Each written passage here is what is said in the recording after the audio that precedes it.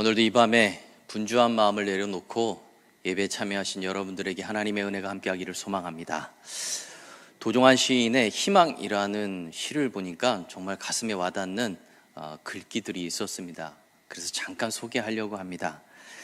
차디찬 겨울 감옥 마룻장 같은 세상에 오랫동안 그곳을 지켜온 한 장의 얇은 모포 같은 그대가 있어서 아직도 그대에게 쓰는 편지 멈추지 않는다.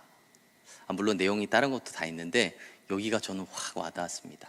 세상이 비록 이 겨울 감옥 마룻장처럼 차가울지라도 한 장의 얇은 모포일 망정 그 모포를 통해 시린 영혼을 덮어주는 그런 마음이 있는 한 사람, 그 한 사람이 있다면 세상은 아직은 살만한 곳이 된다라는 의미를 갖고 있는 메시지였습니다. 차가운 세상의 얇은 모포 같은 일을 우리가 해야 하고 교회가 해야 된다는 것입니다. 그 이유는 하나님께서 우리를 그렇게 사용하시기 위해 이 세상 가운데로 부르셨다는 것입니다. 세상이 하나님의 나라가 되도록. 그런데 이 일에 큰 걸림돌이 있죠. 그게 바로 미움과 원한입니다. 혹시 세상을 살면서 용서하지 못할 사람들은 없으십니까? 자다가도 그 사람만 생각하면 벌떡 눈이 떠지는 그런 사람이 없으십니까? 때로는 잠 못 이루게 하는 사람이 우리의 인생 가운데 분명히 한두 사람은 있다는 것이죠. 제가 어릴 때 초등학교 2학년 때였습니다. 굉장히 반에서 미워하는 친구 하나가 있었습니다. 그 아이하고 저는 매일 싸웠습니다. 근데 저는 원래 초등학교 2학년 때 키가 170이었어요. 그래서 뒤에서 제가 자랑을 하려고 뒤에서 두 번째 내지 어쩜 세 번째 이렇게 그 아이는 1번이었습니다. 그 아이는 어떻게 싸우겠어요? 저하고 이렇게 싸우는 이렇게. 저는 이렇게 싸우면 돼요. 항상 제가 이기는데도 그렇게 미웠습니다. 그런데 어느 날 저희가 싸우다가 선생님한테 딱 걸렸습니다.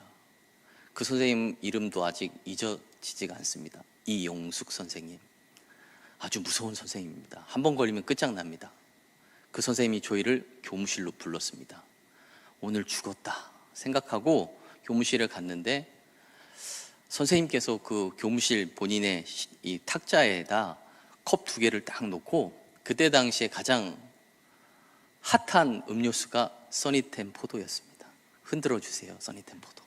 그걸 똑같이 2잔을 따라 놓고 싸우느냐고 수고했다고 쭉 마시라고 그 얘기를 하는데요. 갑자기 울음이 터져 나오면서 눈물로 그 써니텐 포도를 마셨던 기억이 납니다. 그때 보여주신 그 선생님의 사랑, 그 선생님이 저한테 또 그 아이한테 그렇게 얘기했어요. 자, 화해하고 서로가 서로를 용서해.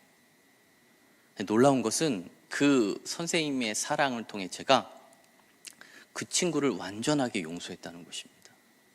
한 번도 그 이후에 초등학교 6학년 때까지 그 친구와 싸우지 않았습니다.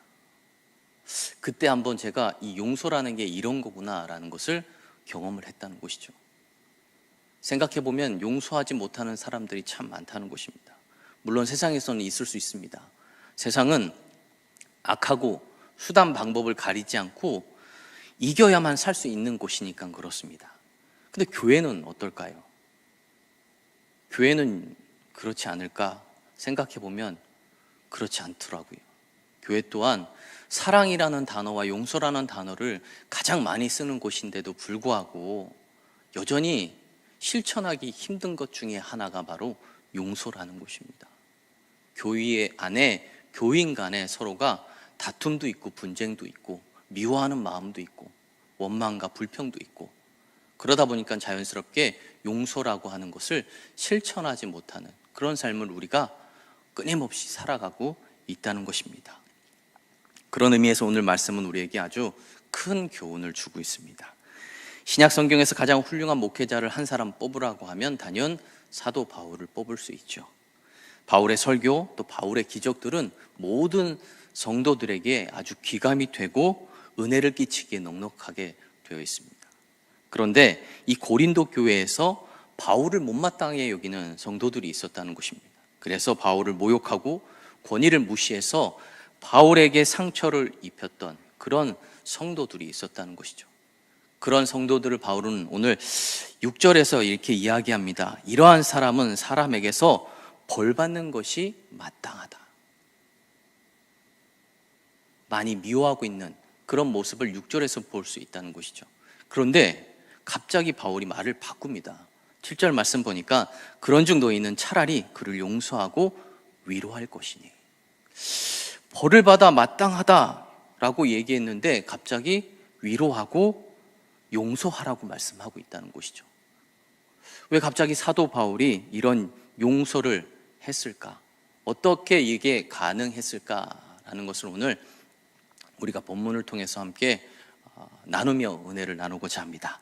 가장 첫 번째는 이 사도 바울은 나보다 우리를 생각했다라는 것이죠. 바울은 내가 용서한 것이 있다면 10절에 너희를 위하여 용서한 것이다 라고 설명해 주고 있습니다. 고린도 교회를 위해서라는 것이죠. 바울은 자신에게 악담과 악행을 일삼는 자들을 충분히 미워할 만한 그렇게 삶을 살 수 있었지만 자신이 받은 상처보다 성도들을 더 많이 생각했다는 것입니다. 내가 저들을 미워하면 성도들이 힘들어지고 교회가 힘들어질 것을 생각했다는 것이죠. 사실 원래 마음의 상처를 받게 되면 그 일로 마음이 격해지게 되면 원래는 주변을 돌아보기가 어렵습니다. 그저 나 외에는 잘 보이지 않고 내 아픔만 아주 큰 아픔처럼 보이는 그런 것들이 우리의 삶이라는 것이죠. 그런데 오늘 사도 바울은 자신의 아픔보다 성도들을 먼저 또 교회를 먼저 생각했다라는 것입니다. 바울은 자신의 미움으로 교회의 평안을 깨는 노림수구를 가진 이 사탄을 간파했습니다. 11절에서 이는 우리로 사탄에게 속지 않게 하려 함이라 라고 말하죠. 바울은 사람들이 자신을 비방하고 무시해서 바울이 그 사람들을 미워하고 용서하지 않을 것을 사탄의 속임수로 보았다는 것입니다. 단순히 사람의 일로만 보지 않고 사탄의 속셈으로 본 것이죠. 바울과 고린도 교회 성도들 간에 작은 틈새를 만들어서 교회를 혼란스럽게 하려는 계착으로 보았다는 것입니다. 바울은 이 사탄의 속셈에 속지 않기 위해서 오늘 이 사탄의 하수가 되지 않기 위해 용서한다는 것입니다. 또한 자신의 아픈 감정보다 내가 당한 수치보다 교회의 평안을 위해서 오늘 모든 자신에게 아픔을 준 사람을 용서하고 있다는 것입니다. 이런 사람이 많아질 때 교회가 다닐 만한 곳이 되고 이런 교회가 많아질 때 세상이 살 만한 곳으로 만들어진다는 것이죠. 이런 용서가 반대로 없을 때 그곳은 바로 지옥이 되는 것입니다. 지옥은 멀리 있지 않습니다. 우리가 용서하지 못하고 미움이 사라지지 않는 그런 삶을 살고 있다면 바로 그것이 지옥이 될 수 있다는 것입니다. 우리가 교회를 천국으로 세상을 살만한 곳으로 만들어가는 사람이 되기 위해서는 철저하게 오늘 사도 바울과 같이 나보다는 우리를 생각하는 삶을 살아야 함을 다시 한번 기억하시고 나보다 우리를 생각하며 살아갈 수 있는 여러분들의 삶이 되시기를 간절히 소망합니다. 두 번째, 사도 바울이 이렇게 용서할 수 있었던 이유는 내가 누군가를 용서할 때 나도 용서를 받을 수 있기 때문입니다. 10절에서 말하죠. 너희가 무슨 일에든지 누구를 용서하면 나도 그리하고. 자, 이런데 이 말씀은 주님도 하셨습니다. 마태복음 6장 9절에서 13절에서 기도하는 법을 묻는 제자들에게 기도를 가르쳐 주셨는데 그 가르침 중에 이렇게 기도하라고 하셨습니다. 마태복음 6장 12절. 우리가 우리에게 죄 지은 자를 사하여 준 것 같이 우리의 죄를 사하여 주시옵고. 하나님께 용서해 달라는 기도는 내가 누군가를 용서한 사람이 드릴 수 있는 기도이고 하나님께 용서를 받을 수 있는 자격은 누군가를 용서한 사람에게 주어진다는 것입니다. 그런데 주님께서는 이 주기도문을 끝내자마자 바로 뒤이어서 또 말씀하십니다. 마태복음 6장 14절 말씀. 너희가 사람의 잘못을 용서하면 너희 하늘 아버지께서도 너희 잘못을 용서하시려니와. 주기도문에서 용서에 대한 기도를 가르치시고 나서 곧바로 또다시 용서에 대한 말씀을 뒤이어서 하고 계신다는 것이죠. 그만큼 용서가 얼마나 중요한지를 우리에게 설명해 주고 있다는 것입니다. 그런데 이 말씀을 마태복음 18장 35절에서 또 말씀하십니다. 너희가 각각 마음으로부터 형제를 용서하지 아니하면 나의 하늘 아버지께서도 너희에게 이와 같이 하시리라. 마치 마태복음은 용서를 위한 책 같습니다. 이 말씀은 베드로가 주님께서 몇 번을 용서해야 할까요? 라는 질문을 했고 그 질문에 대한 답변을 하시면서 하신 말씀입니다. 당시 용서에 관한 일반적인 가르침은 한 3번까지 하는 것이었습니다. 그런데 베드로는 주님께 형제를 7번까지 용서할까요? 라고 질문을 하죠. 당시 사람들보다 훨씬 간대하고 후한 용서였기 때문에 베드로 스스로는 주님께 칭찬을 받을 줄 알았습니다. 그런데 주님의 대답은 베드로를 굉장히 머쓱하게 만드는 대답을 하시죠. 7번뿐만 아니라 7번을 70번까지라도 할지니라 라고 말씀합니다. 완전한 수 7, 7에 70번을 더한다는 것은 한없이 용서하라는 말씀입니다. 자, 그러면 이런 충격적이고 비현실적인 말씀, 주님께서는 무슨 근거와 명분으로 이런 말씀을 하셨을까? 그 이유를 설명하기 위해 비유 하나를 말씀하고 있습니다. 바로 용서할 줄 모르는 종의 비유의 말씀입니다. 내용은 그렇습니다. 어떤 종이 국고를 1만 달란트를 해먹은 사실을 이 왕이 알게 되죠. 너무나 경악을 금치 못합니다. 그때 당시 하루 품삯이 1데나리온이고 이 6천 데나리온이 되어야만 1달란트였습니다. 그러니까 하루의 품삯이 1데나리온이면 1만 달란트는 진짜 천문학적인 수라는 거죠. 하루 종일 일을 죽을 때까지 해도 이 1만 달란트는 갚을 수가 없는 것입니다. 그런데 이 왕은 특별한 사유도 없이 그냥 종이 그저 불쌍해서 그 빚을 탕감해 줍니다. 그 종 27절의 말씀, 그 종의 주인이 불쌍히 여겨 놓아 보내며 그 빚을 탕감하여 주었더니 엄청난 은혜를 입었죠. 그런데 그 다음에 너무 어이없는 일이 생깁니다. 내용은 탕감받은 종이 자기에게 100데나리온을 빚진 그 사람을 만나서 멱살을 잡고 돈을 갚으라고 얘기하는 거예요.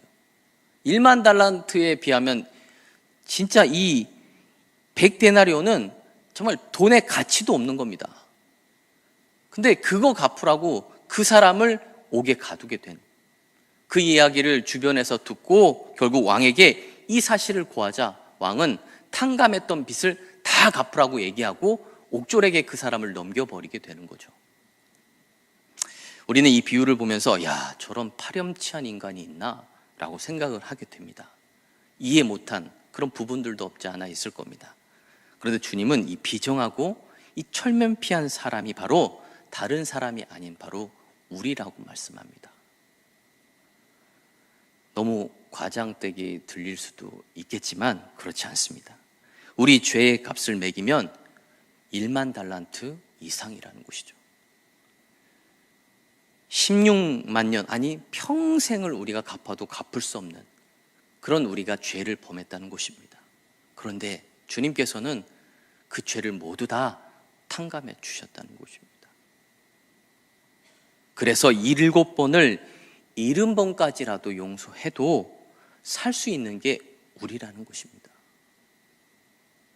그런데도 불구하고 우리는 여전히 용서하지 못하는 삶을 살아가고 있다는 것입니다. 그저 하나님께 용서받은 것은 이해가 되고 누군가를 용서하는 것은 전혀 이해되지 않는 그런 신앙생활을 우리가 하고 있다는 것입니다. 스트레스와 우울증의 권위자인 아치볼트 하트라고 하는 박사님께서 쓰신 숨겨진 감정의 회복이라는 책 중에 나오는 구절입니다. 제가 한번 읽어드릴 테니 잘 들어보시길 바랍니다. 용서는 상처를 입고 분노하는 마음을 위한 해독제다. 그런데 그리스도를 통해 우리에게 베푸신 하나님의 용서를 기억하는 것보다 용서하는 마음을 더 효과적으로 갖게 되는 것은 없다. 용서는 우리의 유익을 위한 것이지 원수를 위한 것이 아니다. 복수심과 증오심으로부터 자유하라. 우리는 자유케 된 사람이다. 용서의 최고 수혜자는 상대방이 아니라 바로 자기 자신이라고 설명해 주고 있다는 것입니다. 만달란트의 거금의 용서를 받은 날은 항상 기억하고 몇 데나리온짜리 용서들은 아까워하지 않는 그런 삶이 우리의 삶이 되어야 된다는 것이죠. 마음으로부터 미운 사람으로부터 우리가 자유하게 될 때 비로소 우리는 용서의 삶을 살아갈 수 있음을 기억하시고 용서하는 여러분들의 삶이 되시기를 간절히 소망합니다. 마지막 세 번째로 용서해야 되는 이유는 하나님께 쓰임 받기 위해서는 용서해야 된다는 것입니다. 자, 우리는 은혜는 물에 새기고 원수는 돌에 새긴다라는 경향이 있습니다. 즉, 은혜는 너무 잘 잃어버린다는 것이죠. 그래서 미운 사람은 믿고 용서가 안 되는 사람은 용서가 안 될 때가 많다는 것입니다. 내가 하나님께 용서받는 것과 내가 남을 용서하는 건 다른 문제라고 생각할 때가 많다는 것이죠. 그런데 오늘 바울은 하나님께 용서의 사람으로 나아가는 모습을 발견할 수 있습니다. 로마서 12장 19절 그리고 20절 말씀, 너희가 친히 원수를 갚지 말고 하나님의 진노하심에 맡기라. 기록되었으되 원수 갚는 것이 내게 있으니 내가 갚으리라고 주께서 말씀하시느니라. 내 원수가 줄이거든 먹이고 목마르거든 마시게 하라. 어떻게 원수가 줄일 때 먹게 하고 목마를 때 마시게 할 수 있겠습니까? 근데 사도 바울은 오늘 그렇게 로마서를 통해서 말씀하고 있다는 것이죠. 하나님 보시기에 얼마나 아름다웠을까요? 또 하나님 보시기에 사도 바울이 얼마나 감격하고 감동했을까요? 그래서 하나님은 그 사도 바울을 크게 사용해 주셨다는 것입니다. 신약에서 사도 바울이 있다면 구약에서는 다윗이 그랬습니다. 다윗이 사울에게 충성을 다했는데 다윗을 질투한 사울은 그를 못 죽여서 안달했죠. 그래서 13년 동안 도망을 다니게 됩니다. 다윗이 얼마나 무섭고 얼마나 상처가 컸겠습니까? 그런데 엔게디 동굴에서 피신해 있을 때 사울에게 안갚음을 할 수 있는 기회가 생겼습니다. 그런데 이 다윗은 사울에게 안갚음하지 않는다는 것이죠. 사무엘상 24장 12절의 말씀을 보니까 여호와께서 나를 위하여 왕에게 보복하시려니와 내 손으로는 왕을 해하지 아니하겠나이다. 해할 수 있었음에도 불구하고 해하지 않고 그냥 칼로 옷자락만 살짝 자르고 그렇게 사울에게 오늘 이 말씀을 외쳤다라는 것이죠. 그때 사울은 다윗에게 이렇게 말합니다. 24장 20절 그리고 21절. 나는 내가 왕이 될 것을 안다. 내가 왕이 되면 내 자손을 잘 돌봐주기를 바란다. 이미 사울은 그러한 용서를 할 수 있는 다윗이 자기 이후의 왕이 될 줄을 알았다는 것입니다. 하나님이 얼마나 이 다윗이 대견했을까요? 그래서 하나님은 다윗을 가장 크게 사용해 주셨다라는 것입니다.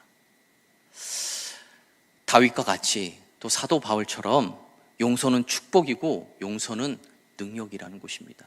그러한 용서를 우리가 감당할 때 하나님은 우리를 통해 크게 사용해 주신다라는 것을 오늘 사도 바울을 통해 또 다윗을 통해서 보여주고 계시다는 것이죠.